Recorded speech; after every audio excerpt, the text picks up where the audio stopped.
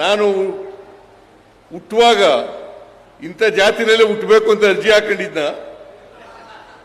ಕುರುಬರ ಜಾತಿನಲ್ಲೇ ಹುಟ್ಟಬೇಕು ಅಂತ ಅರ್ಜಿ ಹಾಕೊಂಡಿದ್ದ.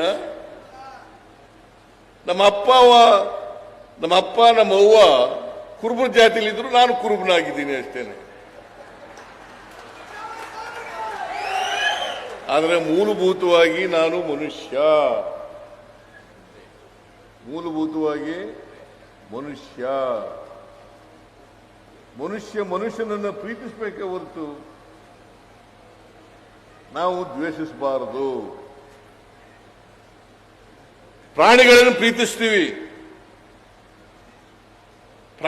ಪ್ರೀತಿಸ್ತೀವಿ, ಆದರೆ ಮನುಷ್ಯನನ್ನು ದ್ವೇಷಿಸ್ತೀವಿ. ನೀ ಯಾವ ಧರ್ಮದವನು, ಆ ಧರ್ಮದವನು, ಈ ಜಾತಿಯವನು, ಆ ಜಾತಿಯವನು. ಅದಕ್ಕೆ